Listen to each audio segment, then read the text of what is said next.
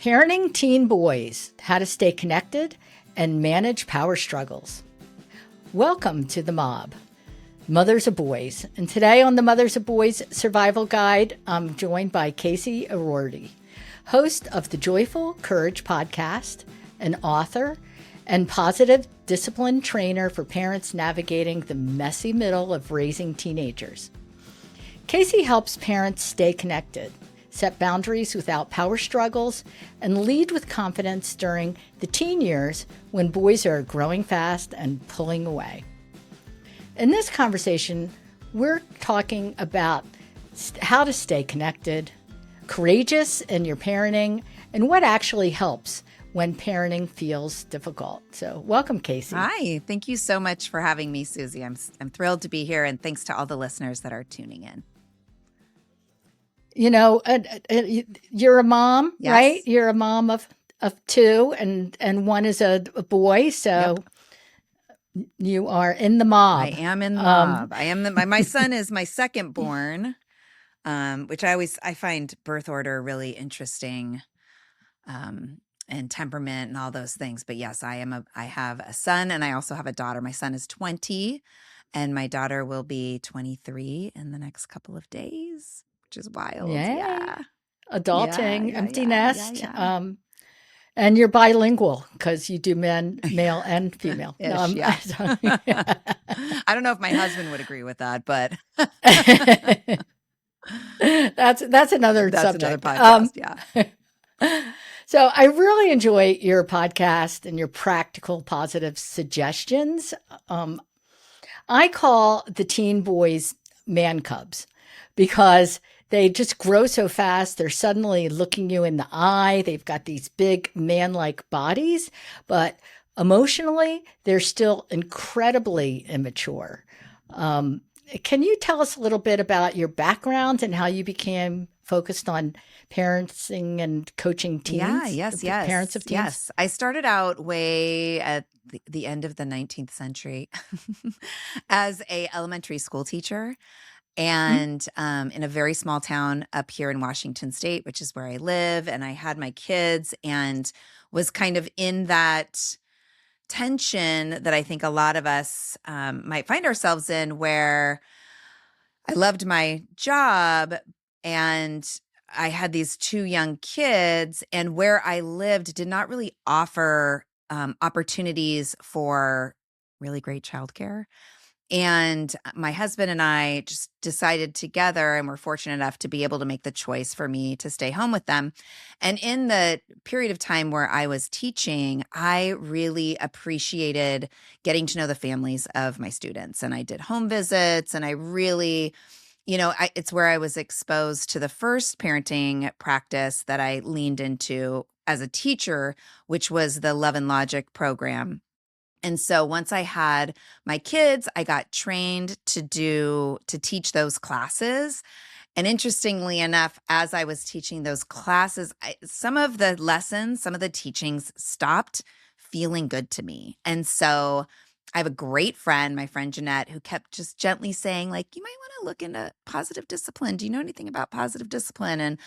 And, personally, what was happening in my parenting was I had a 4-year-old daughter and a 1-year-old son, and I was finding myself in this cycle. Like, you read about, the mother bear tendency to push the older child away when you have the younger child. And I thought, no way. I had this like dreamy baby girl who couldn't have been sweeter, and sure enough had my son, and she seemed like, this massive bull in a china shop. And I found myself doing exactly what I'd read, pushing her away because she was kind of getting too in my baby's face. And then the more I pushed her away, the more she was kind of all over the baby. And it was just this cycle that I was in personally, and then professionally, wanting to kind of venture into this parent education, not feeling the teachings and the philosophy that I was actually teaching,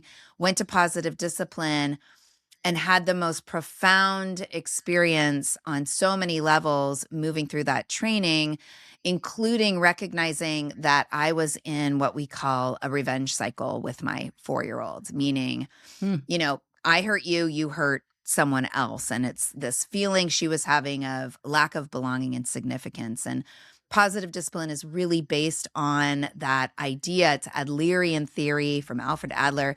The idea that human behavior is based in our perception and interpretation of the world around us through the lens of, do I belong? Do I matter? And so I just Mm. became like such the cheerleader for positive discipline in my community. I was doing classes at the local YMCA. Became the parent educator at the local co-op preschool. And I was imperfect at it, Mm-hmm. because Well, just because we know, as a mother, yeah, right? just because Yeah. we know that there are useful ways of navigating challenges and useful communication to use doesn't mean in those moments when we're flooded by emotion and baggage and conditioning that we choose, what we know is more Mm-hmm. useful. So, Right. it became really this awesome opportunity for me of personal growth and development, and so I imperfectly practiced it. I started blogging about it. I started podcasting. I eventually became a positive discipline trainer and was leading trainings for parent educators and teachers in the classroom as well. And then my daughter, my oldest, hit 8th grade, 9th grade, Mm-hmm. and things started going sideways real quick. And ninth Mm-hmm. grade, all the things that I thought would show up over the course of high school showed up like the first 3 months. And I was like, oh my gosh, have I been totally duped? Like, I thought Mm-hmm. I was doing all the things and adolescence was going to be a breeze. God bless me. Bless I you. know, right? And it wasn't. And I was really, really struggling. I was in a lot of fear. The relationship that I had with her felt very tenuous. And what I did is I leaned into community. So the Positive Discipline Association, I put a call out to other trainers and lead trainers. And I said, I want to do a summit. I want to talk about positive discipline during the teen years. If you're interested, great, but I will only have you as a guest if, one, you are in or out of the teen years. I was not interested in listening to someone Mm-hmm. who had yet to experience adolescence with their kids. And two, Right. I am not interested in talking to you if adolescence was a breeze, because I knew that I didn't want to send the message of, if you just do this, everything will work out fine. Right? Like, I didn't want to send the message that there's some formula or magic tool that somehow Mm-hmm. avoids teen brain development and the typical struggles that show up during the teen years. I didn't want that conversation because I feel like it's defeating. So Mm-hmm. anyway, I had all these amazing friends and colleagues join me, and I think there was 13 or 14 or maybe 15 interviews that I did. And I mean, we got super real, and I started to recognize, like, okay, yes, positive discipline is the philosophy that I want to continue to hold and to stand on. And yes, the adolescent years are messy, no matter your parenting style. Right. So that's when I really and I was not finding the conversations that I needed about Mm-hmm. teenagers. And so that's when my podcast became totally niched into, we talk about teens, we talk about young adults a little bit, but we're really talking about adolescents. And my inspiration was my daughter, who has been a guest. Both my kids have been on Mm-hmm. the show. She, was such a teacher for me. She had a pretty significant mental health breakdown. She talks about it on the show. Um, she had, led me through a narrative that I never would have seen coming, with school, dropping out of school and substance use and all the things. And today is a junior in college, is studying Mm-hmm. biochemistry, is planning to go into graduate school, is super well adjusted, lives on her own, right? So I am so grateful to her, as are many others, because she's been so generous with her sharing. I'm so grateful for her to be a model of, okay, like adolescence, it's a snapshot right now, today, Right. whatever parents are struggling with, whatever you listeners are moving through that's hard, it's a snapshot in a much bigger picture that is your, relationship with these kids through your lifetime, their journey. Yeah. So, and now I'm a lead trainer. So I not only can Hmm. train parent educators, but I can also support parent educators who want to move into the trainer space. I think one of the things that's refreshing about you, and it's really part of the reason why I wrote my book, which is Mothers of Boys Survival Yeah. Guide, is I didn't feel as though parents were being honest, that we were being honest with each other about the Yeah. struggles, and and that we needed to join together and help each other and build community and not, throw Yeah. rocks. And Absolutely. And the feedback that I get from clients and people that work with me is, I chose you because you're real and mhm, because you didn't have a walk in the park. And, I just, when I, even from the very beginning, so I've been podcasting, it'll be 11 years this spring. So mhm. it's been a long time. I have well over 600 Bravo. shows. And something that was important to me, and I had I just found myself in the room with, the Facebook group, with Mhm. all of these people, authors who I had their books on my shelf. And that's when I started podcasting. And I was like, do you want to come let me interview you? So Tina Right. Payne Bryson and Dan Siegel and all these incredible people, Michelle Borba.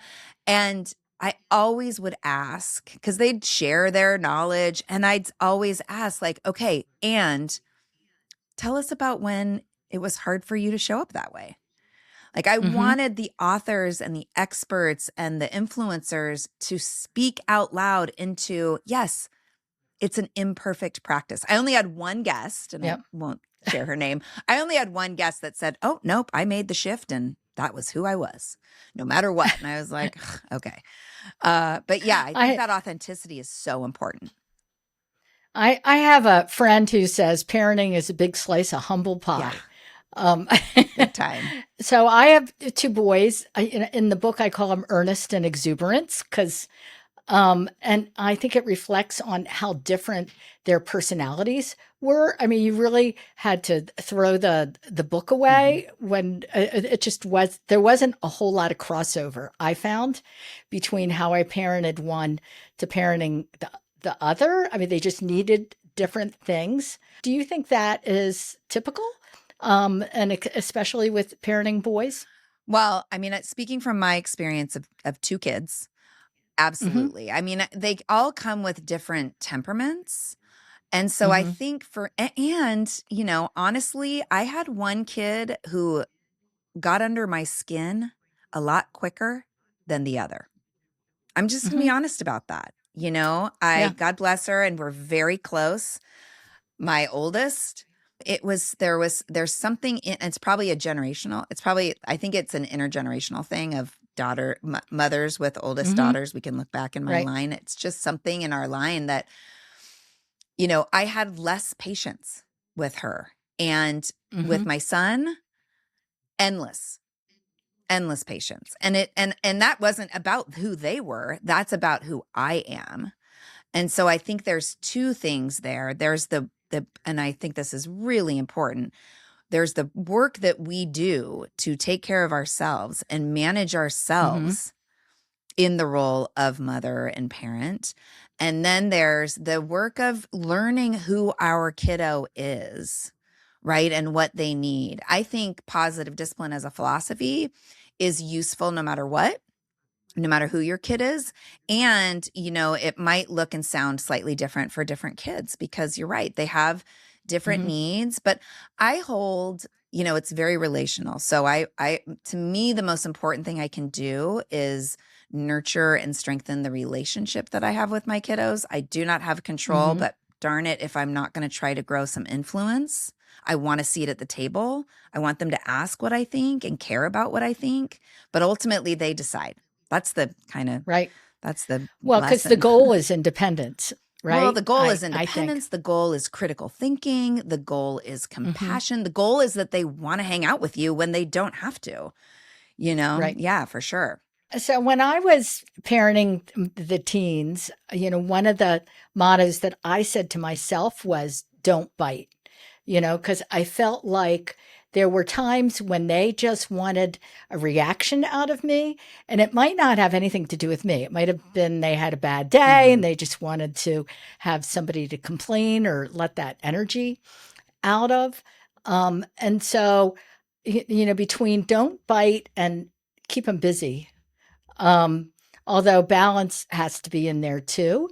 That was sort of how I survived, I think, all those teenage angst. And it was messy. You are so correct. Yeah. Well, and I think the messiness isn't, I really want to have parents hear this. The messiness of adolescence is not an indicator that you're doing something wrong or that you have bad kids. It is a Hmm. messy period of time. It's a messy season. And I love Right. that. To me, yeah, I love that don't bite. To me, when they're little, I think it's really easy for us to remember they're not being a problem, they're having a problem. And once Hmm. they get big, we tend to forget about that. And we look through Right. the lens of you're being a problem or you're being disrespectful or you're doing this. And we hold them to this standard, forgetting that they're still very much in development of the life skills that we Hmm. want them to learn to embody. So even our teenagers, they're never being a problem, or not that they're never being a problem, but if we can look through the lens of, okay, they're having a problem, like something has happened to shake up what's internal for them to create this angst or to create this pain or whatever it is that they're throwing around. I want to be curious. Instead of like, don't you dare talk to me like that, I'm going to say something like, wow, sounds like you're really upset about something. What's going on? And that requires me to smooth out my hackles and remember they're not being a problem, they're having a problem. So that's going to get me to a place, that's going to get me to a place where I can support them in moving through whatever it is that they're going through. And I really like that they're not being a problem. They're having a Yeah. problem. That's a great concept. In your recent podcast at the beginning of the year, it was about called "Create, Don't Correct" in 2026, Mhm. and I appreciated that and the talk about goal setting for yourself personally and self caring. And I think as mothers, it's it's really difficult to put yourself even on the platform of having a seat at the table. I mean, I sort of feel like you're so busy taking care of everybody. It's part of your own maturity to to recognize that you need to do some things for yourself. And for me, I call that soul putty. Hmm. And because I feel like everybody has cracks in your soul, Mhm. and you need to know what's going to help you fill your cracks. And for me, I play the guitar. Mhm. Playing the guitar, helps make me happy. Being happier makes me a better parent. So, I when I turned 40, I discovered that I had stopped playing the guitar because I was too busy Mhm. doing everything else, working and being a mom and a wife. And so taking that piece back for me was so critical to my own confidence and happiness. And I felt like I taught my boys that they need to find their own soul Mhm. putty, you know? And in teenage period, because of all the angst and the hormones and, everything, helping them find soul putty was, I think, one of the most important things I did Mhm. during that period. Yeah. Yeah, I just actually this morning, so I have a membership community, and one of the things that we do along with group calls that are more workshop content oriented is on Thursday mornings we have a soul care call. And I started doing the soul care call because I always encourage my clients and my members to have, yeah, to be in the mindset of, okay, and the don't correct, create idea, right? So you're in the moment and the angst is there, the challenge is there. And really, it's an invitation to move from don't you dare, you cannot, and instead shift in our mind to what do I want to create in this exchange? Meaning, Mm-hmm. and for me, the answer typically is I want to create some ease. I want to create connection. I want to generate a sense of acceptance and non-judgment. But to get there, I have to, just like if I want to be able to lift heavy things during the day, I have to work out. I have to build Mm-hmm. strength. And so soul care is a daily practice for me. And I do it in the mornings. And it looks like sometimes I read, a book, or I listen, or I watch some inspirational 15-minute video. And then I do some journaling. I've got some of they're called soul navigation cards. They're amazing. And I use them as a tool. But I am very particular about this time. And I probably do it, at least 5 times a week. And so as I'm working with parents and encouraging them, think about what you want to create in the moment, and hearing back like, Casey, in the moment, there is no room for me to think about what I want to create. And that's when I was like, Mm-hmm. oh, you know what? I'm going to bring this practice into my membership and really model and invite people into recognizing how powerful it is, because the busy schedule and all the things we're doing and not putting ourselves first, that's on us. Right. And caveat, I'm sure that you've got, single moms that are holding so much. Mm-hmm. I understand that it is a privilege for me to say, take an hour every morning and do soul care. But I will lean in and say there are places for you to practice calming your nervous system, to practice slowing things down so that you can be more thoughtful, right? Whether it's driving, on your commute, you're not going to close your eyes and meditate, but there are so many resources that are available to help you practice. And really, it's practicing calming your nervous system. It's practicing getting out of Right. fight or flight, noticing when you're there, getting out of fight or flight, so that you have the space to say, okay, you're having a hard time. What do I want to create in this moment? And then lean into that. So that, to me, yeah, I love the soul putty. I call it soul care. And Mm-hmm. my kids know I do it. They've, sometimes when they lived at home, I'll get up in the morning before them and sit in the living room and do it, so that when they come up, they can look over and they can see, oh, mom's got her journal out, or mom's got her AirPods in. I think the model is so important, because all this busyness is just a construct, and it's something we've all bought into.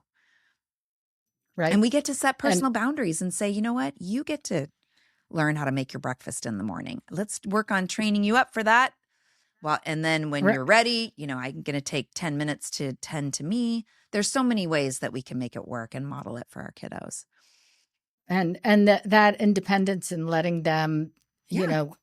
do things Yes, and have please. regular jobs. And, Yes.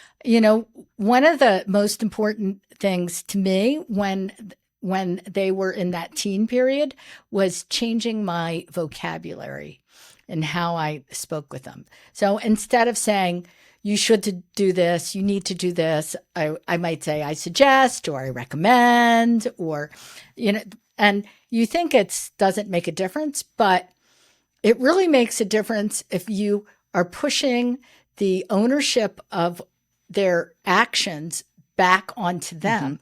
They have to own their actions, they have to do it. And so you're not telling them what to do. And, I think that was just a really big change Yeah. in that teen period. And then as they move on to become independent adults, I call that last stage the remarkable transformation, because just when you think they're never going to get it, it's like, yeah, boom, maturity. wow, look at you. One of the things that Dr. Tina Bryson was on my show a couple years ago, and one of the things she said that really stuck with me is maturity happens no matter what. Like they are, and so we can hang on to that. And what I appreciate what you're talking about with language. One thing that my oldest taught me, and again, I'm always trying to think about critical thinking, because they need to practice thinking critically to develop critical thinking. They need to practice taking ownership to take ownership. They need to practice decision making to become good decision makers. So yes. And with my daughter, something that she taught me and I used as well with my son was, okay, I'm hearing that this is hard for you, or I'm seeing, this is what I'm noticing. I'm wondering if you want my feedback. So Mm-hmm. taking what you said and taking it one step further and first asking permission, which I find to be really respectful. And, do you want to know, do you want me to listen? Do you want to hear what I think, or do you want help problem solving?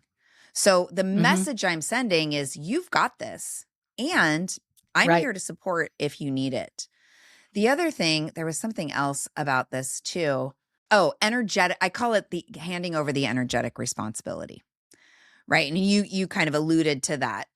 So there's so much, whether it's, too much information through school portals or monitoring everything they're doing on technology. There's too much information for parents. And in that, we're holding all the responsibility. Like, well, it's up to me to make sure they don't get into trouble. No, it's not up to you. It's up to them. Right. And and that doesn't mean you're like, good luck, bye. You're still a steady presence and an influence, and you're building relationship. But at the end of the day, their journey is their journey, and their relationship with, whether it's, any kind of risky behavior or learning and education, or, how they're in relationship with other people, like that is ultimately theirs to navigate. Right? Right. Casey, thank you so much for this thoughtful and honest conversation. It was such a great discussion. We didn't want to cut a thing. So this is part 1 of this topic, with part 2 coming in our next episode. We'll share Casey's podcast, Joyful Courage, and her book, Joyful Courage, Calming the Drama and Taking Control of Your Parenting Journey, on the mothersaboys.life website. Thank you all for joining us today. Be sure to follow the Mothers of Boys Survival Guide on Facebook, Instagram, YouTube, and your favorite podcast platform. And as always, be kind to yourself, Mob.